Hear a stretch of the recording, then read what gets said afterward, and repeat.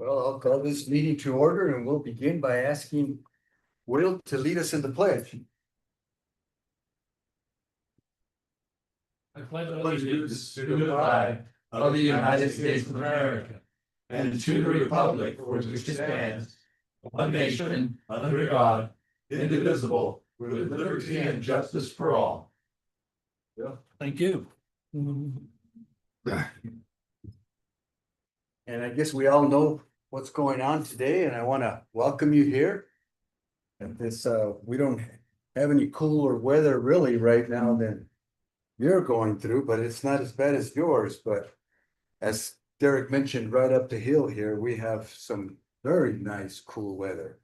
One of these days, you guys ought to make your trip through here and then go up and go home and down into Globe. Go up to Apache, Navajo, and then hit Globe on the way back. I was swing that once. It was fantastic. Oh, good. Yeah. So it's a pleasure having you here, Craig, and with your super staff and I'll begin by just saying thank you for everything that you do, including your staff. And now I'll turn the floor over to you for the presentation. Sure. CSA. Yeah, thank you very much, Mr. Chairman, members of the board. Craig Sullivan with the County Supervisors Association. It's a pleasure to be here with you. And just very quickly, Austin, do I have a little clicker or should I just motion to you and we'd be happy to do it? Slap me on the signal. You want a stick? You usually just use a stick. You Yeah, know? that's right. I'm very grateful to have some of our team members here. You all know Brandon and Penny and Yvonne, and thrilled to have the chairman of our Managers Association joining us as well. So thank you, James Menlove, for joining us and being here. And what it really reflects is the fact that we are very grateful for your involvement in our association. We are proud to be part of your team. So that's why we wanted to be here today to talk a little bit about the association, what we've been working on over the last year, and a little bit about where we're going. And probably more importantly, just hear any comments or perspective you have as we go through that. We do have a slide deck for you, and I gave you two documents to help review the organization. The first is a portfolio of one-pagers that we do on any number of policy items. And if you thumb through those, you'll kind of get a sense of the analysis that we use to educate about counties. I think it's pretty neat to see how utilization of our database materializes into some of that information. So I do encourage you to thumb through that portfolio. And the second one is really about our board briefing that we wanted to share with you. And we'll go through that. You've got it. I'm not going to go through everything, but I do want to hit some points just so that you understand kind of how we're going about things. The first two slides are just about who we are, and I'll just very briefly, yeah, that'll work out perfect. Very briefly reconnect you with things you already know. But we're an intergovernmental office of the 15 counties. We're a collaboration of your colleagues from across the state. We're nonpartisan. What we focus on is research and policy development related to the state-county partnership. Counties are in the Constitution. They're political subdivisions of the state, and the role is for you all to deliver services on behalf of the state. We try to support that collaboration. That's a big part of what we're trying to do.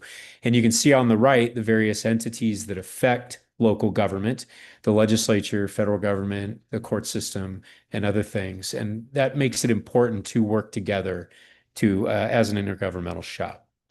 Mr. Wern, welcome aboard to County Service number one. But number two, thanks for joining our LPC right off the bat. It was great to have you on those Friday calls, and I hope you enjoyed them as we went through that. Learned a lot. Yeah. Yes, very much so. That's really the best way to kind of come across some of this stuff. Oops. Yeah, I thought I had. Maybe it goes this way. And we can do that. Okay. Yeah, I thought that was pretty impressive to step up right out of the gate, and it was a lot of fun. So going through the deck, what I wanted to do here is just highlight some of our intergovernmental functions. So we use our board meeting, as you know, to bring in elected leaders, policy experts, and other folks to talk about issues that are relevant to the counties. So you can see some of the programming we did last year, the speakers listed at the top there. We are programming the fall and into next year now. And so we're always interested in policy topics that are important to you that you think your colleagues ought to be paying attention to as well. So we always welcome that kind of feedback. And it's the nature of county government. There's a lot to work on. So we're always able to find folks to come by and brief our board. When I talk about intergovernmental activity, often that means being assigned to various task forces and other work groups on behalf of all the counties. So we do that a lot with the legislature. What you see here on the left are some of the major ones that we spend time on in the last year. The pension-related matter is something that's really taken a lot of our bandwidth, and we're proud to do it. We're just trying to make sure that counties are informed and engaged partners with the public safety pension system, because we don't control the policies at the county, but we're affected by them. And so we want the Board of Trustees to hear that, and we want legislators to know what we think about policy changes in that area, and then some other items that we participate in as well. Moving into a very important portion of our organization is our data analytics function. This really undergirds everything that we do because it allows us to have a specific research track, but also to develop information to support our advocacy efforts as well as local decision-making and state decision-making. The database that we've developed has about 8 million data points in it now. And you've been seeing the results of some of this in some of the presentations we're doing, but it's really getting robust. What are we doing here? We're importing data sets from publicly available sources, state agencies like Access, DOR, all the county budgets. We're bringing those in, and it allows us to do different analytics across all the counties. So that's really been helpful to us, and we're going to start rolling out some more information related to this in the fall. We do a lot of surveys with the counties. We are working on research projects that are related to workforce and investment, procurement, and other things. It's really a way we're trying to empower the whole organization in the counties. And some of the categories of things that we've delivered on are listed for you in the next few slides. We've done some reports on how county governments work. Counties all grow up 15 different ways, and so we're trying to figure out what there is in terms of commonality and where there's opportunity to grow. These tools become things that can inform management, but also inform lawmakers. We've been looking into how specific policies impact county operations. Most recently, we focused on an indigent defense case study because what that looked at was how a specific law at the state legislature related to immigration was directly affecting Cochise County. Because we want to get eyes into how some of these things are affecting folks. We're looking at the degradation of transportation resources and the effects that they have on the counties. We've been doing that for some time to educate that conversation and looking into the court nexus with county government. We've had some fun looking into public workforce items, and this really came about because of some research projects that our team got going and were authorized by our board into law enforcement. But right now, we're importing data as it relates to movement within the law enforcement community. It's anonymous, but we're able to track where people are going to see whether there are trends or issues that are useful for policymakers or budgeteers and decision makers. And so, for example, we were talking earlier where we saw the migration of employees in law enforcement out of Gila County and down to Pinal County that was connected with a large-scale raise that county did. But it also sees how people are going to DPS or moving around in the prison system. And that just becomes important to get eyes into the system. We've done some inquiry into how counties manage mandated functions, and this is a big dig into the court system because there are so many little different policies that have been enacted, and we see some inequities. We see some things being done differently. And I think it can lead to finding some policies to change to add some additional clarity on this type of thing. We're looking now at procurement. We've got a study related with the Arizona Board of Regents. Brandon's working on that will roll out in the fall and just give some insights into procurement processes and how to go forward on that. Now, these are some visualizations from our website and from some of our reports. But the challenge we've had as we've been building this research capability and building this database is getting that information out. We talk a lot at managers meetings and things like that. In the next few months, we'll start bringing more of this to our new website. We're revitalizing it to get that information out more readily. So you'll be able to get on our data tools. If you want to see what your property tax rate looks relative to another county or who has what types of special districts, you'll be able to navigate to that and see what that looks like. So we're having a lot of fun really digging into the county business, and we think it empowers the larger conversation. So, Mr. Chairman, the next few slides are related to the state legislature. A big part of what we do is serving as a liaison for you all to work with lawmakers, reviewing bills that are in the process and trying to make sure that they're amended or affected in ways that are minimally impacted to the counties. Session went really long this year, and a lot of that had to do with the budget. A couple things I want to show you here about the state's budget. They really focused on providing one-time money for various allocations, and we'll show that in a little bit. But if you look at the red box, it highlights that they pretty much spent all that cash, and they didn't focus on ongoing issues.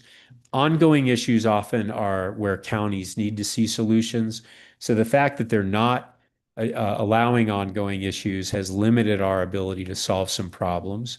And I think that model is going to continue because what's happening is the Republicans, particularly in the Senate, working with the governor of a different party, have been taking a tactic of saying, why don't we not look at ongoing spending? Let's just see how much money we have allocated among the members and the governor, and then let's call it good when everybody gets something they want.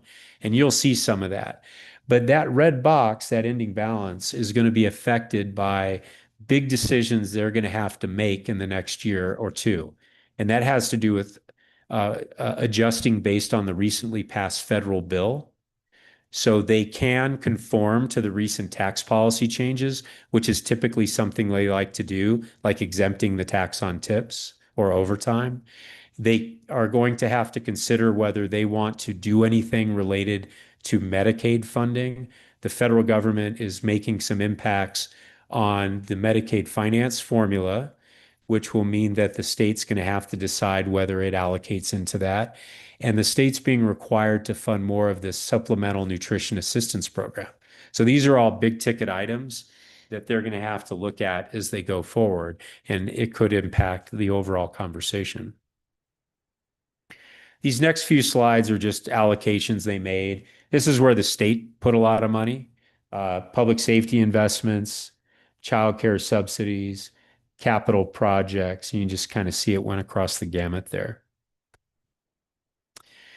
These are some of those key touch points that we were concerned about. These are items that fall into that ongoing bucket, right? So we're trying to make sure that counties do not have probation, state responsibilities for probation shifted to it.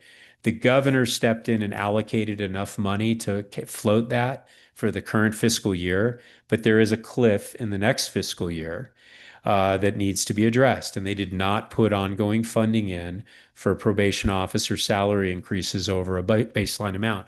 The question keeps coming up to me, well, we've been doing this for a few years, bumping along. So what's going on? I suspect it has a lot to do with vacancies within probation and they're moving money around. That's probably not a good thing from a service delivery standpoint. At some point, they're going to have to get this squared away. Our sole focus and what we need to work together on is to make sure this does not get shifted to the counties. Juvenile Dependency Proceeding Fund, we reconfigured that grant program. Counties have been getting monies at an inconsistent basis. That's going to now be allocated on a more regular basis for you. JP salaries, your delegation helped get that in the budget. So Mr. Gowan was a key part of that. And then flexibility language alt text. Increased corp, you know that there were several bills related to pension policies that were in the process. We have a very firm view on pension reforms. We've paid over $1 billion to stabilize the pension systems. The counties have, the state and the counties and the cities have paid over $5 billion. So as we make changes to these policies, we need to be very informed about what we're doing and how we're going to pay for it. The bills that would have made substantial changes all failed, but there was a small item that increased the county's contribution to the correction officers retirement plan, which is a defined contribution plan. The state provided $1 million to fund that. So it was a good thing. That means they were listening to us as well as they were listening to others. That issue is probably going to continue. So we'll talk about that going into our policy development summit in October. These are just various county relevant items that I put in your packet for you. This kind of shows how I was talking about one-time allocations. And so this is some select county allocations that members put in the budget. So for example, you can see that various sheriff's priorities were funded in some counties based on members wanting to do that. The recorders in Yuma and Maricopa went independently and asked for the legislature to give them some specific money. There was a request to make that among all the recorders, and of course that didn't happen. So this just shows you where folks are working directly with lawmakers. And it also kind of highlights, to the extent there is money available, it's probably a good idea for counties to think about whether there's a priority or two that they would take to their member and say, well, we've got this capital project or we have this thing. This is for the next fiscal year. That's not how it's always done, but I think in this environment, it's something that we should talk about. They may not have the revenue capability to do that, but you should be thinking about it. Here's some bills that we ran. I'll bounce over. As you know, we run bills that our clients bring forward. I wanted to share this with you because this just shows bills that didn't pass, but were stakeholder meetings that we participated in. You can get the diversity of policy areas. You know this from managing a county. You guys are involved in a lot of stuff. And this is a list of bills that actually did pass. And I think what was helpful this year is that most bills that move are Republican-sponsored bills. That's just how the system works. The majority moves the bills. But the governor likes to sign things that are bipartisan. And so when our LPC was telling us we had a concern and we were raising it, many members were willing to work with us on those amendments. And I think that was very helpful to work through a lot of these items. A couple of things that I'd flag for you down in the lower right. You're familiar with the Santa Cruz County Treasurer situation, where that separately elected official embezzled money. There is an enhanced audit process that will be coming out, and the Auditor General received additional monies to do that. So no, that's coming, and we supported it.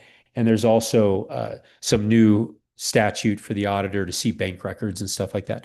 What didn't pass was a training requirement. We had talked earlier in the session that there might be a required training piece. It didn't make it out of the Senate.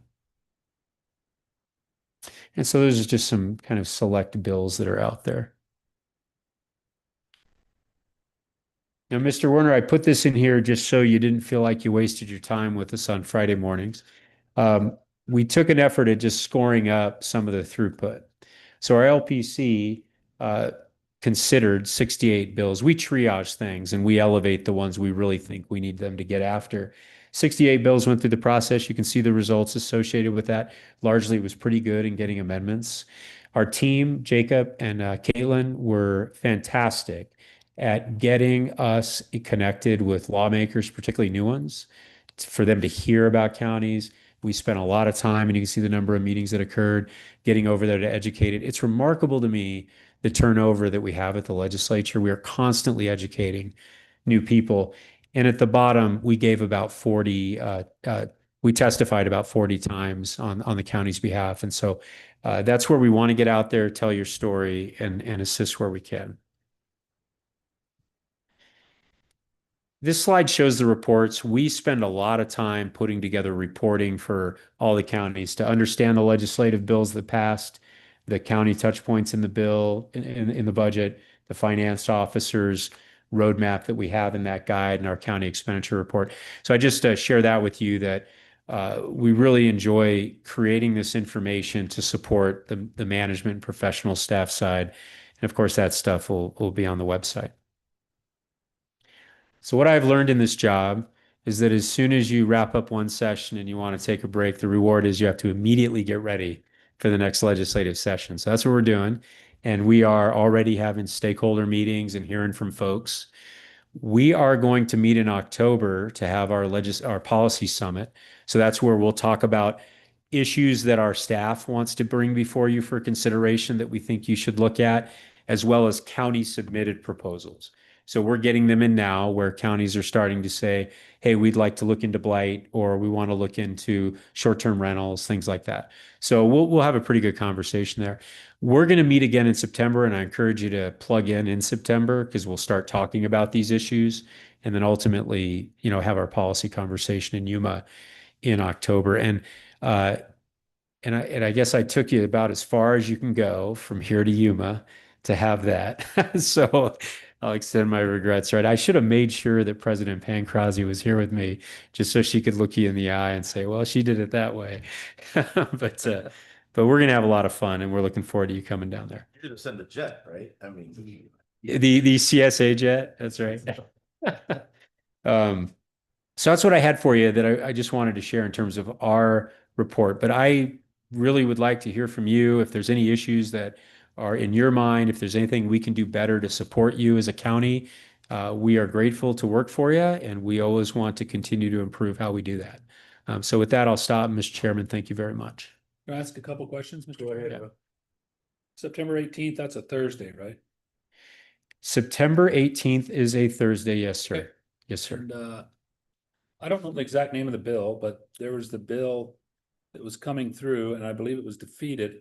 But maybe you can give me a little more update on it of the precincts and having to have precincts throughout the state. Oh, I got you. I got where Where you're did going. that end up, and where did it die, or where did it live? Okay, great question. So there was a bill to get away with vote centers, and that bill did not move out. There may have been one that actually was vetoed by the governor, but then there was a pivot to referring it to the ballot. That was not referred to the ballot. The only items that were referred are listed for you here. There were three. We do know that in the next legislature, they will look at adding maybe 6, 7, 8 more, if I'm just based on what I heard from the Senate president. And those could include an election referral. I think the good thing about the election conversation this year was that they were looking more towards what they call the Florida model, which is not so much messing with how you're doing things, but trying to cut off the early ballots, getting them dropped off by Friday before the election, then expanding access over the weekend and kind of, changing behavior that way. The issue you're concerned about, I don't think has all that. I think people see through that a little bit, that's not really going to solve problems and will create some. But we do anticipate that conversation will occur next year. Because that had started out with no traction and seemed to gather since Yeah. came, and then Yeah. kind of did not go after that. Yeah, thankfully it stumbled at the end. Yeah, that's good. I'm glad to hear and see that. Yeah, it's a little frightening when you see those kinds of things move, and it's not uncommon. I mean, it's not uncommon for when they're doing the budget for somebody to say, "I want that to move," or "I'm not on the budget," and that's very dangerous. And that's where we see things like that happen. Thank Well, you. Yeah, yes, But sir. it's just to chime in, I mean, it was such a big deal for us because we have really one primary employer that's up in my district, right? Yeah. And there's folks that are traveling from one end of the county to the other, and honestly, their votes wouldn't count if it wasn't for voting centers. Yeah, it's a real efficiency. It works for Yeah. folks. After all, it's the largest open pit copper mine In the universe. I heard that somewhere, and you filmed it. I've got a picture of the crescendo. That was great. Oh, yeah. I'll fill you all in. That'll be good. That'll be a good story on the way back home. It will. It will. Yeah, that was a lot of fun. I would just like to say that, you mentioned about how you might be able to do things better, and I can't imagine you guys doing any better than you currently are. I mean, I think any time that we have had anything that we need assistance on from CSA, you guys have stepped up and absolutely nailed it. So, I mean, I have zero input for you on that side, because I mean, even when you trade out, people, right? You get, one tall chiseled dude and then you replace him with another tall chiseled dude, you know, I mean, but no, but just the input that we get, the detail that we get is extraordinary. And so I just Thank want to say, fantastic job. I mean, to all of you. Thank you very much. I echo Ron's comments. It's wonderful to work with your organization and very helpful, very clear. And for my first year, it was a great experience for me. I'm looking forward to future years of being able to interact, hopefully be more of a contribution back, but it was a great learning experience. Yeah, thank you. That's Mr. Chairman, if I might ask a question, without divulging details, what direction are the county proposals taking, for the summit? I know you'll receive them, we'll vet them and you'll Yeah. clean them up for the summit, but what things are people worried about across Yeah. the state? so. We're still seeing concerns about fire insurance, which, as you know, is not really something we have a policy toggle on. But what we did last year is we put a resolution together saying this is a real issue, and it got Jacob assigned to a task force that's looking at that. I was going to say sentenced to a task force, but it's that important, and people want to talk about it. Short-term rentals is coming up, Maricopa, Coconino, and some other places. I have heard some folks raise kind of some concerns about, particularly some of the new folks coming in, just challenges with the open meeting law. And I think there's a desire to talk about some of that. Challenges and the mechanics of how it works, that type of stuff? Just whether there's a way to create some exemptions that will allow us for some flexibility without, harming the public trust, that kind of thing. And trying to think if there's the subdivisions. Yeah, we're getting a lot of conversation about Wildcat subdivisions again. We don't have a proposal coming in, but that's something that we were just talking Take away our about. development, that's how we do it. It's that's true. Yeah. I'm here. It's a best practice, right? That's Exactly. right. They were a little later coming in. I will tell you that they're just kind of rolling in now, and so we'll know more on Friday. That's fine. But we are going to talk about some resolutions we'll bring forward, but things you've seen before, what we want to say about transportation, what we want to say about the court system, things like that. Have you heard any more about the desired route of the new light rail? Oh, yeah, thanks for bringing that up. So we Penny put together a hearing. She blanches at me when I start talking about this because I get a little fiery, so I'll try to keep it down a little bit. But Get fired. Penny put a hearing together, brought them over. Then we wrote a letter telling them that this is a big deal for us and told them the whole symbolism of our building being in partnership with the state. And it's really reflective of the constitutional relationship we have, the friction this will cause for our membership to engage with lawmakers, all the things you know. So we sent that over. We did reach out to our neighbors, Arizona Tax Research Association, general contractors, League of Cities and Towns, and the folks who are buying the old Capitol Times building. None of them had been communicated with.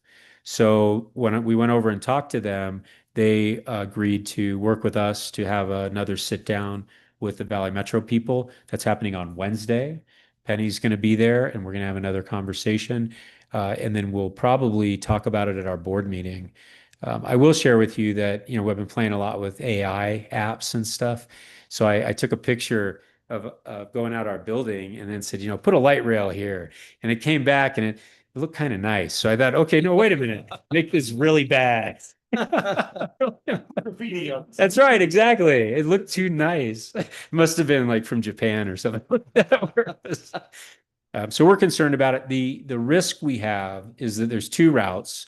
The other one goes through a neighborhood, takes some houses, and then goes up by a school. And there's a lot of talk about what that means for the school. So, Us versus the kids. like I told Penny, and we told them, you can elevate it. You can elevate it and go right on by, That's right. right on by the Go school. under. That's right. So yeah, that's a concern.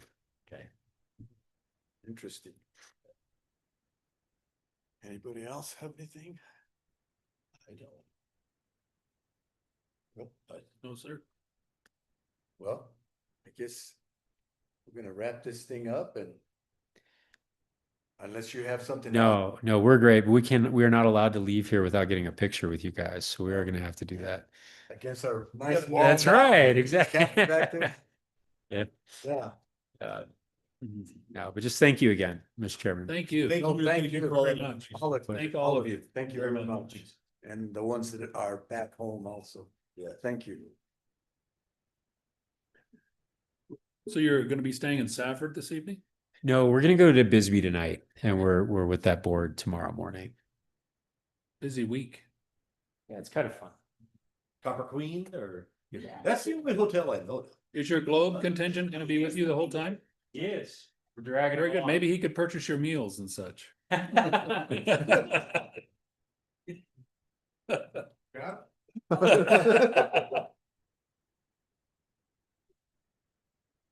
The general taught me how to do it.